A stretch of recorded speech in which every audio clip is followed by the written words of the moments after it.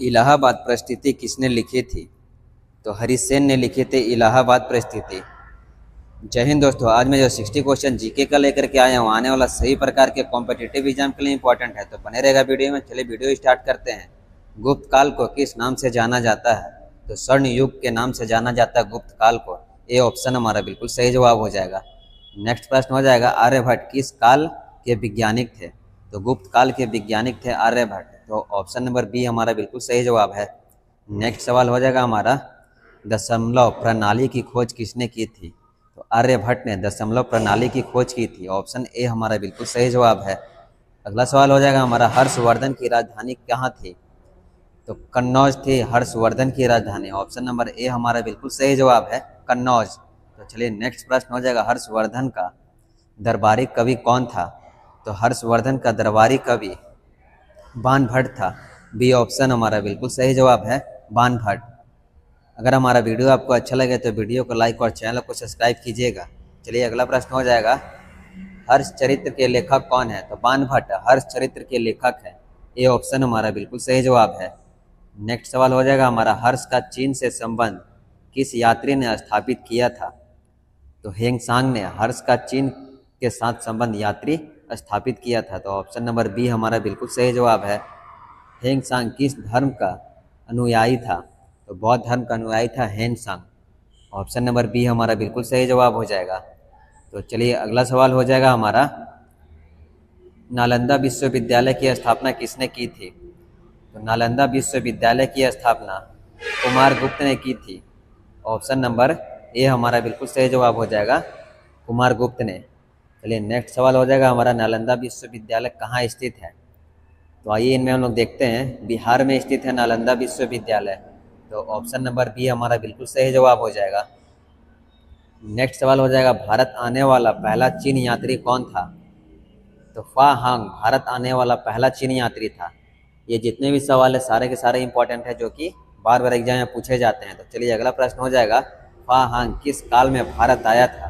तो चंद्रगुप्त द्वितीय के काल में फा हांग भारत आया था। ऑप्शन नंबर ए हमारा बिल्कुल सही जवाब है। हर्ष के बाद उत्तर भारत में कौन सा राजवंश उभरा था? तो इतिहास वंश हर्ष के बाद भारत राज्य में उतरा था। तो ऑप्शन नंबर बी हमारा बिल्कुल सही जवाब है। तो चलिए अगला सवाल हो जाएगा हमारा, अल ब्रूनी किसके साथ भारत आया था? तो महमूद गजनवी के साथ भारत आया था अल ब्रूनी। तो ऑप्शन नंबर सी हमारा बिल्कुल सही जवाब है। नेक्स्ट सवाल है, अल ब्रूनी की पुस्तक का नाम क्या था? तो किताब उल हिंद अल ब्रूनी का किताब पुस्तक के नाम था। ये ऑप्शन हमारा बिल्कुल सही जवाब हो जाएगा। नेक्स्ट सवाल है, तक्षशिला विश्वविद्यालय कहाँ स्थित है? तो पंजाब पाकिस्तान में स्थित है तक्षशिला विश्वविद्यालय। बी ऑप्शन हमारा बिल्कुल सही जवाब हो जाएगा। तो बने रहेगा वीडियो में। चलिए अगला प्रश्न है, बौद्ध धर्म की प्रथम परिषद कहाँ हुई थी? तो राजगीर में हुई थी बौद्ध धर्म का प्रथम प्रसिद्ध परिषद। ऑप्शन नंबर ए बिल्कुल सही जवाब है। नेक्स्ट सवाल है, बौद्ध धर्म की चौथी परिषद किसके शासन काल में हुई थी?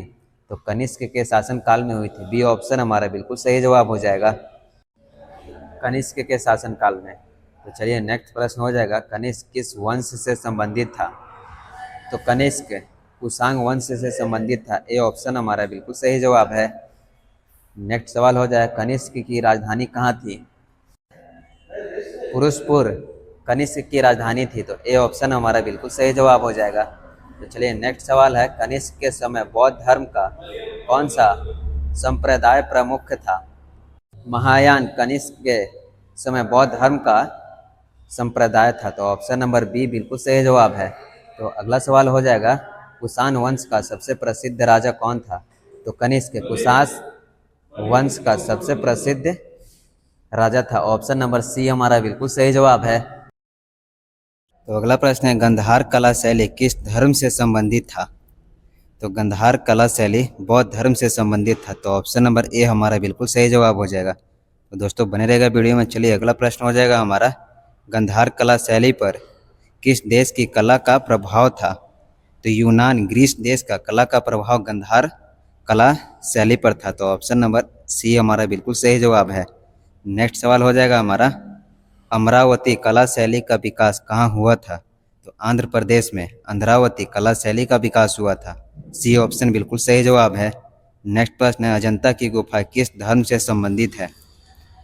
तो बौद्ध धर्म से संबंधित है अजंता की गुफा। ऑप्शन नंबर बी हमारा बिल्कुल सही जवाब हो जाएगा। नेक्स्ट सवाल हो जाएगा, अजंता की गुफाएं कहाँ स्थित है? तो मुंबई में स्थित है अजंता की गुफाएं। चलिए अगला प्रश्न है, वैदिक काल का सबसे प्राचीन ग्रंथ कौन सा है? तो ऋग्वेद वैदिक काल का सबसे प्राचीन ग्रंथ है। नेक्स्ट सवाल है, वेदों की भाषा कौन सी थी? तो संस्कृत भाषा वेदों की थी। तो ऑप्शन नंबर सी हमारा बिल्कुल सही जवाब है। तो अगला सवाल हो जाएगा हमारा, ऋग्वेद में कितने सूत हैं? तो ऋग्वेद में कुल सूतों की संख्या 1028 है। तो ऑप्शन नंबर बी हमारा बिल्कुल सही जवाब है। अगला सवाल है हमारा, वैदिक काल में गौ का अर्थ क्या था? तो वैदिक काल में गौ का अर्थ गाय था। तो ऑप्शन नंबर गाय धन भूमि दोनों था। तो डी ऑप्शन हमारा बिल्कुल सही जवाब हो जाएगा। तो चलिए अगला सवाल हो जाएगा हमारा,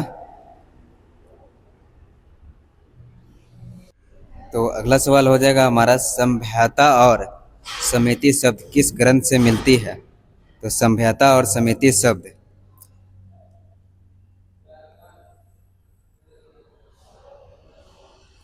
ऋग्वेद से मिलती है सभ्यता और समिति शब्द। तो ऑप्शन नंबर बी हमारा बिल्कुल सही जवाब हो जाएगा।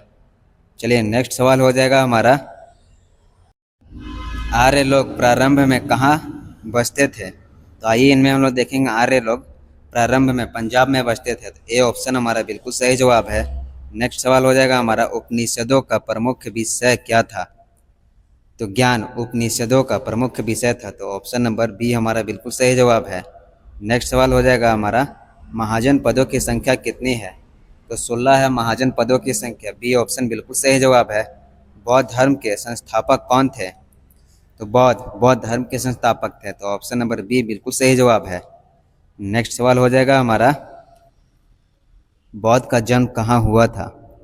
तो बौद्ध का जन्म लुम्बिनी में हुआ था। तो ऑप्शन नंबर बी हमारा बिल्कुल सही जवाब हो जाएगा, लुम्बिनी में। महावीर का जन्म कहाँ हुआ था? तो क्षत्रिय कुंड में हुआ था महावीर का जन्म। ऑप्शन नंबर बी बिल्कुल सही जवाब है। नेक्स्ट प्रश्न है, जैन धर्म में 24वें तीर्थकर कौन थे? तो महावीर जैन धर्म के 24वें तीर्थकर थे। ऑप्शन नंबर सी बिल्कुल सही जवाब है। नेक्स्ट सवाल हो जाएगा, बुद्ध ने प्रथम उपदेश कहाँ दिया था? तो सारनाथ में बुद्ध ने प्रथम उपदेश दिया था। ऑप्शन नंबर ए हमारा बिल्कुल सही जवाब है, सारनाथ में। तो चलिए अगला सवाल हो जाएगा हमारा, बौद्ध का निर्वाण कहाँ हुआ था? तो बौद्ध का निर्वाण कुशीनगर में हुआ था। ऑप्शन नंबर ए हमारा बिल्कुल सही जवाब हो जाएगा, कुशीनगर में। नेक्स्ट सवाल है, मगध साम्राज्य की राजधानी क्या थी? तो मगध साम्राज्य की राजधानी राजगिरी थी। ऑप्शन नंबर सी हमारा बिल्कुल सही जवाब हो जाएगा, राजगिरी। तो चलिए नेक्स्ट सवाल है हमारा, नंद वंश का संस्थापक कौन था? तो नंद वंश का संस्थापक महापाड्यनंद था। ऑप्शन नंबर ए हमारा बिल्कुल सही जवाब है। चंद्रगुप्त मौर्य के गुरु कौन थे? तो चंद्रगुप्त मौर्य के गुरु चाणक्य थे। तो सी ऑप्शन हमारा बिल्कुल सही जवाब हो जाएगा, चाणक्य। नेक्स्ट सवाल है हमारा, मौर्य साम्राज्य की स्थापना कब हुई थी? तो मौर्य साम्राज्य की स्थापना 322 ईसा पूर्व में हुई थी।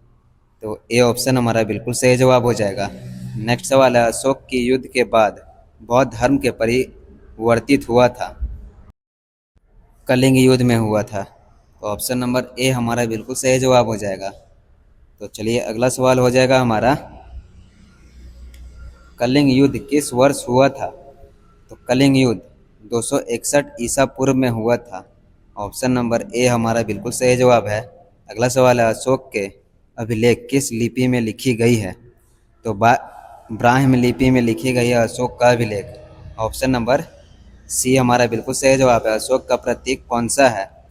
तो अशोक का प्रतीक सिंह स्तंभ है। ऑप्शन नंबर ए हमारा बिल्कुल सही जवाब हो जाएगा। तो चलिए अगला सवाल हो जाएगा हमारा,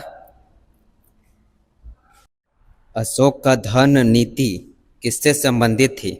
तो अशोक का धर्म नीति धार्मिक सहिष्णुता से संबंधित थी। ऑप्शन नंबर बी हमारा बिल्कुल सही जवाब है। नेक्स्ट सवाल हो जाएगा हमारा, गुप्त वंश की स्थापना किसने की थी? तो श्री गुप्त ने गुप्त वंश की स्थापना की थी। बी ऑप्शन बिल्कुल सही जवाब है। नेक्स्ट सवाल हो जाएगा हमारा, चंद्रगुप्त प्रथम के किस उपाधि से जाना जाता है? तो महाराजा धीराज के उपाधि से जाना जाता है चंद्रगुप्त को। ऑप्शन नंबर ए हमारा बिल्कुल सही जवाब है।